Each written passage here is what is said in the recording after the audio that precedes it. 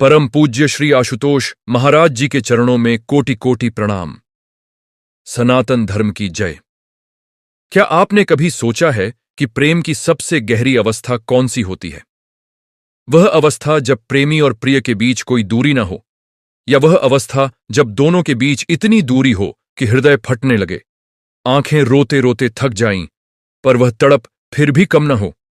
संतों ने कहा है, और हमारे परम पूज्य श्री आशुतोष महाराज जी भी यही कहते हैं, कि ईश्वर के लिए सबसे ऊंची अवस्था वह विरह की अवस्था है, जो भक्त को तोड़ती नहीं, बल्कि उसे परमात्मा की ओर और अधिक खींचती जाती है। और इस विरह की सबसे प्रखर, सबसे दीप्तिमान मिसालें हमें मिलती हैं दो महान संत आत्माओं में। एक थीं मीराबाई और दूसरे थे सूरदास। इन दोनों ने अपने जीवन से यह सिद्ध किया कि परमात्मा के लिए तड़प केवल भावना नहीं है, यह एक साधना है, एक तपस्या है, एक ऐसी अग्नि है जो जलाती नहीं, शुद्ध करती है। आज इस सत्संग में हम उसी विरह की बात करेंगे, उस तड़प की बात करेंगे जो मीराबाई को रात रात भर रोती रखती थी, जो सूरदास को उस अंधेरे में भी कृष्ण का दर्शन कराती थी जहां सांसारिक आंखें कुछ नहीं देख सकतीं। और इस विरह को हम समझेंगे अपने परम पूज्य श्री आशुतोष महाराज जी की शिक्षाओं के प्रकाश में, क्योंकि वे आज भी इस धरती पर विराजमान हैं। वे आज भी अपने शिष्यों को उस मार्ग पर ले जा रहे हैं जहां यह विरह मिलन में परिणत होती है। पहले मीराबाई की बात करते हैं। मीरा का जीवन बाहर से देखने पर कष्टों की एक अटूट श्रृंखला था। राजमहल में जन्मी, राजघराने में ब्याही, पर उनका हृदय कभी उस महल में नहीं रहा। उनका हृदय तो बचपन से ही उस गिरधर गोपाल के चरणों में अर्पित हो चुका था। जब वे छोटी थीं, तब एक बार उन्होंने एक बारात देखी और अपनी मां से पूछा था, मेरा दूल्हा कौन होगा? और मां ने हंसते हुए कृष्ण की मूर्ति की ओर इशारा कर दिया था। पर मीरा के लिए वह बात हंसी मजाक नहीं थी। उस छोटी सी बालिका के कोमल हृदय में वह बात इस प्रकार उतर गई जैसे पत्थर पर रेखा अंकित हो जाती है, जो फिर कभी मिटती नहीं। उस दिन से मीरा ने कृष्ण को अपना पति मान लिया, और यह मानना केवल मन का खेल नहीं था, यह आत्मा की एक गहरी प्रतिज्ञा थी। जब वे राणा के घर ब्याही गईं, तो संसार ने समझा कि अब मीरा का जीवन राजरानी का जीवन होगा।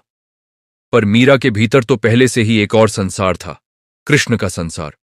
वे रात को जब सब सो जाते, तब उठकर मंदिर में जाती और कृष्ण के सामने खड़ी होकर गाती, नाचती, रोती। लोगों ने कहा, यह पागल है। राणा ने कहा, यह राजकुल का अपमान कर रही है। परिवार ने कहा, इसे जहर दे दो। और सच में उन्हें जहर का प्याला दिया गया, पर वह जहर अमृत बन गया। क्योंकि जब प्रेम इतना गहरा हो, जब विरह इतनी तीव्र हो, तो संसार का कोई भी विष उसे मिटा नहीं सकता। हमारे परम पूज्य श्री आशुतोष महाराज जी जब मीराबाई के इस जीवन की चर्चा करते हैं, तो वे एक बहुत महत्वपूर्ण बात कहते हैं। वे कहते हैं, मीरा की विरह की विशेषता यह थी कि वह विरह उन्हें कमजोर नहीं बनाती थी। संसार में जब किसी को अपने प्रिय से बिछोह होता है, तो वह व्यक्ति टूट जाता है, निराश हो जाता है, जीवन से उसका मन उठ जाता है। पर मीरा की विरह ठीक इसके विपरीत थी। वह विरह उन्हें और अधिक जीवंत बनाती थी और अधिक शक्तिशाली बनाती थी। वे जितना रोतीं, उतनी ही उनकी भक्ति गहरी होती जाती। वे जितना तड़पतीं, उतनी ही वे कृष्ण के निकट होती जातीं। और यही है असली विरह भक्ति का रहस्य। ये विरह दुर्बल नहीं करती, ये परिपक्व करती है। ये आत्मा को गलाती है, जैसे सोना आग में गलता है, और जब सोना गलता है तो खरा होता जाता है। मीराबाई के पदों में एक पद है जिसमें वे कहती हैं कि मेरे नैनों से रात दिन जल बहता है, मेरी आंखें सोती नहीं, क्योंकि उन्हें अपने प्रियतम की राह देखनी है। यह केवल कविता नहीं थी, यह उनके जीवन का यथार्थ था। वे सच में रात रात भर जागती थीं, पर यह जागना संसारी चिंता का जागना नहीं था, यह विरह का जागना था, यह प्रेम का जागना था। और जो व्यक्ति इस प्रकार प्रेम में जागता है, उसे नींद न आना कोई कष्ट नहीं है, वह तो परमात्मा का वरदान है, क्योंकि उस जागरण में वह अनुभव होता है जो नींद में कभी नहीं हो सकता। श्री आशुतोष महाराज जी यहां एक और सूक्ष्म बात समझाते हैं। वे कहते हैं कि साधारण मनुष्य नींद में सोया रहता है, और यहां सोने का अर्थ केवल शारीरिक नींद नहीं है। उनका आशय यह है कि साधारण मनुष्य की आत्मा माया की नींद में सोई रहती है। उसे अपने असली स्वरूप का बोध नहीं होता, पर जिसे विरह जागती है, जिसे परमात्मा के लिए व्याकुलता जगाती है, उसकी आत्मा की नींद टूट जाती है। और मीरा उसी जागृत आत्मा की सबसे प्रखर उदाहरण है जो हमारे सामने है। अब सूरदास की बात करते हैं।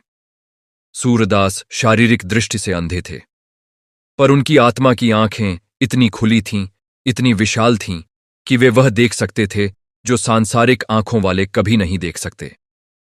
सूर के पदों में जब वे कृष्ण का वर्णन करते हैं, उनके मुखमंडल का, उनके श्याम रंग का, उनकी बांसुरी का, उनकी मुस्कान का, तो पढ़ने वाले हतप्रभ रह जाते हैं।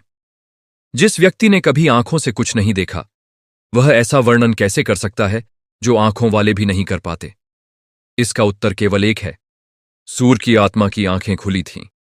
उनकी भीतरी दृष्टि इतनी प्रखर थी कि उन्होंने कृष्ण को सीधे अनुभव किया था, शब्दों में नहीं, धारणाओं में नहीं, बल्कि प्रत्यक्ष अनुभव में।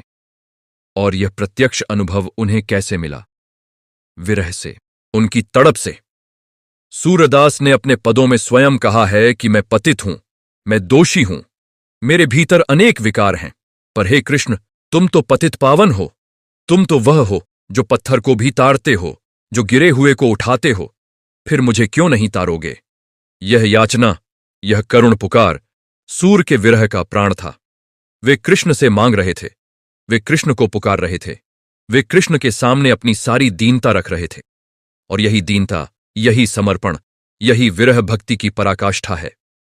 हमारे परम पूज्य श्री आशुतोष महाराज जी इस बिंदु पर बड़ी गहरी बात कहते हैं।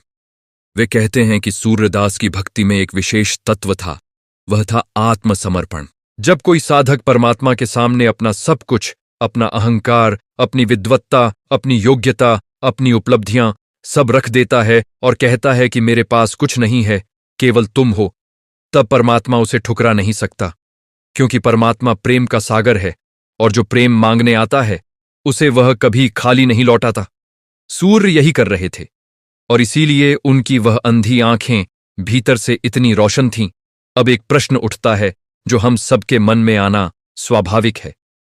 मीराबाई और सूरदास का विरह तो समझ में आता है, उनकी भक्ति तो कृष्ण के लिए थी जो एक अवतारी पुरुष थे। पर आज हम जैसे साधारण मनुष्य उस विरह को कैसे अनुभव करें? हमारे सामने वह कृष्ण नहीं है जिनकी मूर्ति के सामने मीरा नाचती थीं। हमारे सामने वह कृष्ण नहीं है जिनका सूर अपने पदों में वर्णन करते थे। तो हमारी विरह का केंद्र क्या हो? इस प्रश्न का उत्तर हमारे परम पूज्य श्री आशुतोष महाराज जी बड़े स्पष्ट और दृढ़ शब्दों में देते हैं। वे कहते हैं, साधक की विरह का केंद्र होता है सतगुरु, और सतगुरु के माध्यम से वह परमात्मा जो सब में व्याप्त है। जब कोई शिष्य अपने सद्गुरु से वैसी ही व्याकुलता महसूस करे, वैसा ही विरह अनुभव करे जैसा मीरा ने कृष्ण के लिए किया था, तो वह विरह उसे सीधे उस परमात्मा तक ले जाती है जो सद्गुरु के भीतर प्रकाशित है। और यही बात इस युग को इतना विशेष बनाती है। मीराबाई के समय में कृष्ण थे, सूरदास के समय में भी उसी परम चेतना का आभास था, और आज इस युग में हमारे पास हैं परम पूज्य श्री आशुतोष महाराज जी, जो आज भी हमारे मध्य विराजमान हैं, जो आज भी अपने शिष्यों को दर्शन देते हैं, जो आज भी अपनी वाणी से उनका मार्गदर्शन करते हैं। तो हमें कहीं दूर नहीं जाना, हमें किसी कल्पना में नहीं डूबना, हमें केवल उस विरह को जगाना है जो हमारे हृदय के भीतर पहले से विद्यमान है, और उसे अपने सद्गुरु की ओर मोड़ देना है। यही मीरा की भक्ति का सार है, यही सूर के विरह का सार है, और यही श्री आशुतोष महाराज जी की शिक्षा का केंद्र बिंदु है। पर यहां एक और सूक्ष्म बात समझनी है। विरह और निराशा में अंतर है, और यह अंतर बहुत महत्वपूर्ण है। जब संसार में कोई प्रियजन खो जाता है तो जो पीड़ा होती है वह निराशा की पीड़ा है। उसमें भविष्य नहीं दिखता, उसमें आशा नहीं होती। पर विरह भक्ति ठीक इसके विपरीत है। विरह में तड़प होती है, पर साथ में विश्वास भी होता है। मीरा रोती थीं, पर उनके रोने में यह भाव था कि मेरे कृष्ण आएंगे, मेरे प्रियतम मुझे मिलेंगे। सूर्य पुकारते थे, पर उनकी पुकार में यह निश्चय था कि हे कृष्ण, तुम मुझे सुन रहे हो, तुम आओगे। यह आशा, यह दृढ़ विश्वास विरह को साधना बनाता है। और श्री आशुतोष महाराज जी यही कहते हैं, साधक की तड़प में निराशा नहीं होनी चाहिए, उसमें एक दिव्य आशा होनी चाहिए कि मेरा सद्गुरु मुझे मिलेगा, कि परमात्मा दूर नहीं है, कि यह विरह अंत में मिलन में बदलेगी। अब एक और आयाम की बात करते हैं। मीराबाई और सूरदास दोनों की विरह भक्ति में एक साझा तत्व था, वह था गीत। मीरा गाती थीं, सुअर गाते थे। और यह संयोग नहीं था। हमारे परम पूज्य श्री आशुतोष महाराज जी समझाते हैं कि जब हृदय में विरह होती है तो वह शब्दों में बंधती नहीं। वह एक ऐसी अनुभूति है जो केवल संगीत के माध्यम से व्यक्त हो सकती है। इसीलिए हर महान भक्त गायक हुआ, क्योंकि भक्ति और संगीत का संबंध बहुत गहरा है। दोनों हृदय से उठते हैं, दोनों परमात्मा की ओर ले जाते हैं। और इसीलिए हमारे सत्संगों में कीर्तन और भजन का इतना महत्व है। जब आप कीर्तन में बैठते हैं, जब वे भजन के स्वर आपके कानों में पड़ते हैं, तो वे केवल कानों में नहीं पड़ते, वे हृदय के भीतर उतरते हैं। और उस हृदय में जो व्याकुलता सोई हुई थी, वह धीरे धीरे जागने लगती है। तो आज हम अपने जीवन में क्या करें? केवल मीराबाई और सूरदास की कहानी सुनकर प्रभावित हो जाना पर्याप्त नहीं है। हमारे परम पूज्य श्री आशुतोष महाराज जी कहते हैं कि हर शिष्य को अपने जीवन में मीरा बनना है। हर शिष्य को अपने भीतर सूर्य की भक्ति जगानी है। और इसके लिए पहला कदम है उस व्याकुलता को पहचानना जो पहले से आपके भीतर है। वह बेचैनी जो आपको कभी कभी रात को सोने नहीं देती, वह खिंचाव जो आपको सत्संग की ओर ले आता है, वह प्यास जो किसी और चीज से नहीं बुझती, यह सब उसी विरह के अंकुर हैं। इन्हें पहचानिए, इन्हें दबाइए मत, इन्हें बढ़ने दीजिए। और दूसरा कदम है ब्रह्म ज्ञान की साधना। जब श्री आशुतोष महाराज जी ने आपको दीक्षा दी, जब उन्होंने आपको भीतर का वह दिव्य प्रकाश दिखाया, तब उन्होंने आपकी इस विरह को एक ठोस आधार दिया। अब आपकी विरह अंधेरे में नहीं है, अब आपकी तड़प को उसकी मंजिल का पता है। आप जानते हैं कि क्या ढूंढना है और कहां ढूंढना है।